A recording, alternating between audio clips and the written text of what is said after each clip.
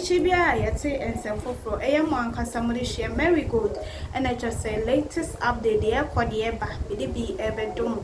Now, so who said, dear, Omamugana, a Sifa, a call Eba, a banner, air politics and entertainment, same day, and forget to subscribe to Ayumo TV a day, am I?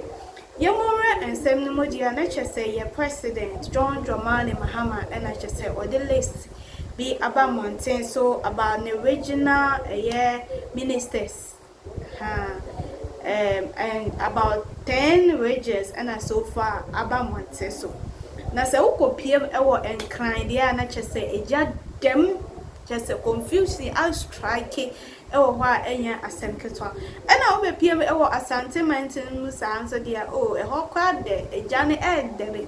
To say California for a jana I started I de cruise sana just say a Santa Mountain so eja ele na ni na efa a original minister na I just say a John Dramani Mahama e yi ni wo enkai mountain mo ye friend e Linda just say o ye MP e wo ho na eno na just say a NDC regional coordinator ni NDC regional secretary and I just say ebusia eja dem di na efa say yakoyi mami ase wonu na ye regional minister ewo ho Asem e ma de wo ye wa asem na eno na just say e DB astati e pia mountain so ti say Zenator mo ene Joshua mo nkofo bi edi start pop up and no na just say na ya brafo yankase enim sa journalist so wodi emu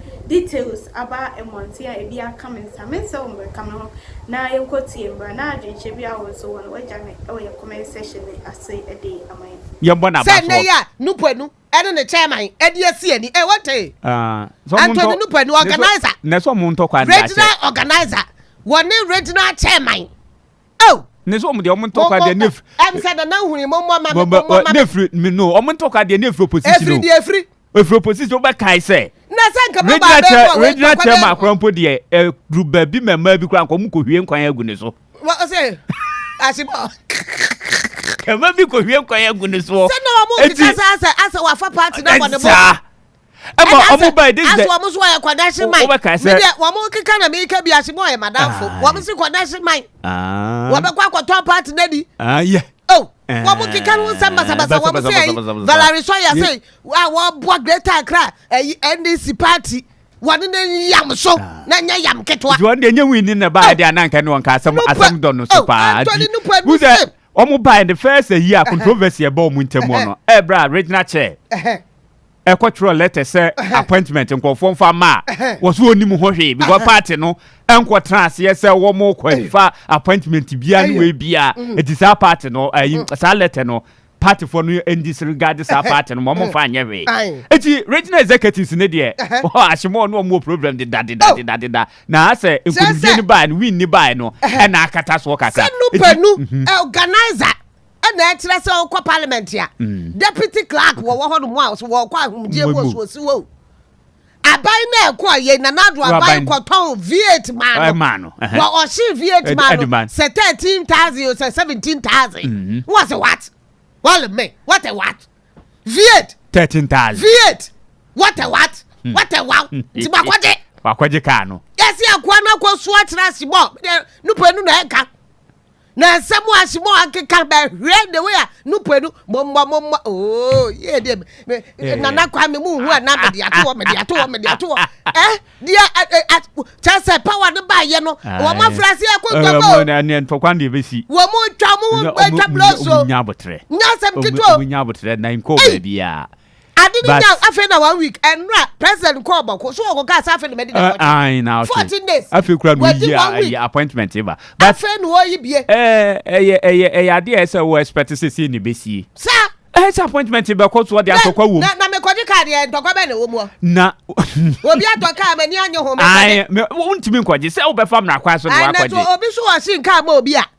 Na nipa no no won ka se mfa ma ne sa ne dia ma na wa hye utumi de sa wo ya den kwaji wa kotu ya ho ka se ne wo yes wo ya to ma fun timaje maje untimi nya sa sa se kwa enu ye se de ache na oni bibia da so a na obeka se me koje na nipa no ne receipt na ban so obondo not 2 cedis no auto no amakọ na ya obi ka na ehwan nya ban ya woto aban na abekọ no GRFo enye GRFo na to abaja pade eti GRFo na abekọ mo se adenti na V8 motor on 13,000 GR4 V8 ade na motor na mpo obi de V8 efra battery ba duty kekekra no say no tua say duty kekekra no say no tua na car no so anya sen what to me a boss in V8 I would tell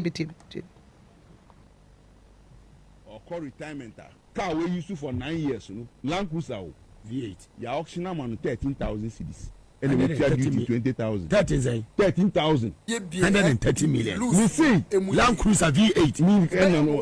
We custom document, you know. Hey, auction letter na dasu no. Hey, 13,000 your auction man. What? This is the crime you are committing to the state. Now my call GRD we are. O join bit is ashimo. Oh no. Please. Actual letter so no disgrace me. Mr. Baby, no. Asemo letter. No G yente opposite hatchet job. No. Ajema. You need to be true. Listen. Asemo letter not about. Your name is not in the letter. The men he exposed to the police administration were the guys who went to pick the car. But let's leave that one. It's no, please. Yesterday, this guy was in parliament. I was telling members of parliament, say, Mima Koji, a retired clerk of parliament, Nika, and I'm meaning no bargaining what to take from him. So is that the document? This is the document of that car. When the man called me and asked him, you say you are NDC. Is it how you want Mama to survive? This was the car allocated to you when you were deputy clerk of parliament. Onia 95.1 FM. 95.1 FM. Yeah, Junimo. LGBT mranwa. I don't remember. So, and I come so can was. Yeah, papa. Yo. We hear papa. Yo. And the BT. Some cow cassa de. Oh, and the quick with LGBT diano. Yeah, betu abano. Yegina yehunie a course. The NFA LGBT when it became a campaign matter. A do baby a soft worker job jim. A year Reverend Usu Bempa or Samay and Tuaba Mobia or the gay some ebebo bemha. But I shall see Sam George Nini Pabayan Subi, my dick and bomudi. I dear no koya, but a year sir call President Kufuwa to table soon. And I reached the last guy, and here Rababa could call courts. The Ninginamuno President Kufuado didn't assent to a LGBT bill or the Tode Ploso case no crowd ye bore Richard Sky no was some etuguyeno one funding sa and chassis. But for Kodiaso, Dina yet campaign time. Ye who said ye not some George and Yabre. A do baby Alban Baden. I didn't call to crowd on ten was it.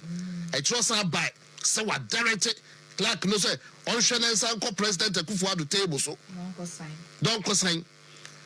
In March 2024, yet 10-year President John Dramani Mahama is she a sophobia or catch say a Kufuwa foreign aid in Tion Peso best sign adieno. Then Ubedi President what's Sawano.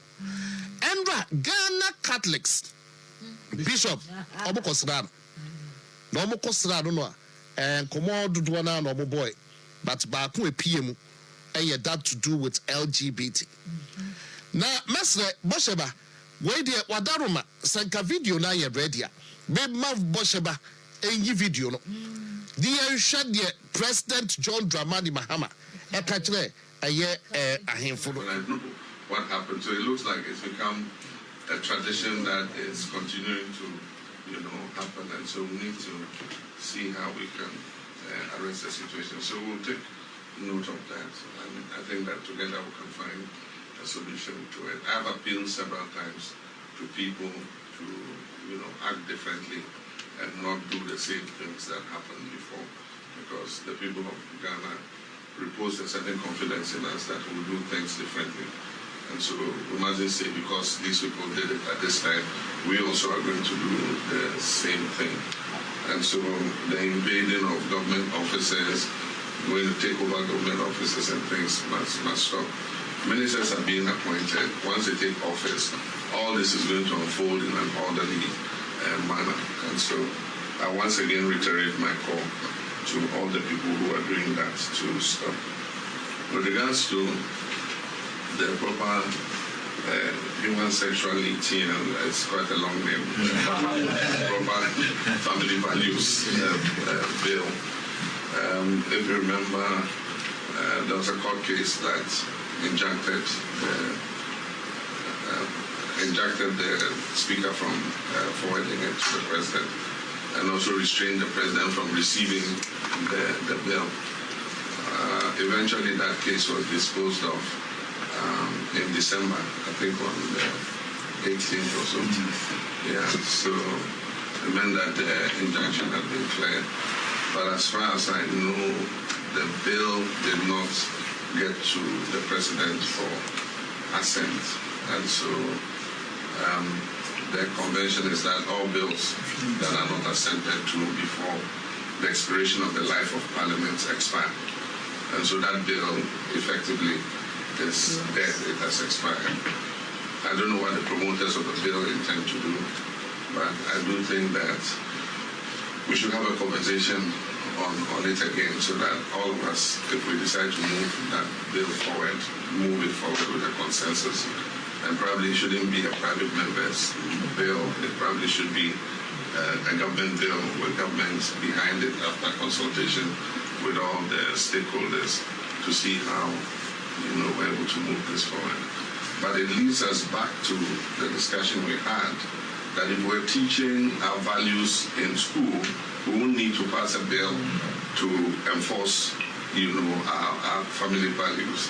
And that's why I think more than even the family values bill is us agreeing on a curriculum that inculcates these values into our children as they're growing up, so that we don't need to legislate it. And so we'll see how all this goes. And so I'm looking forward to this review conference. We can come to some consensus on some of these issues. But I wish to thank you very much for the thoughts that you have expressed.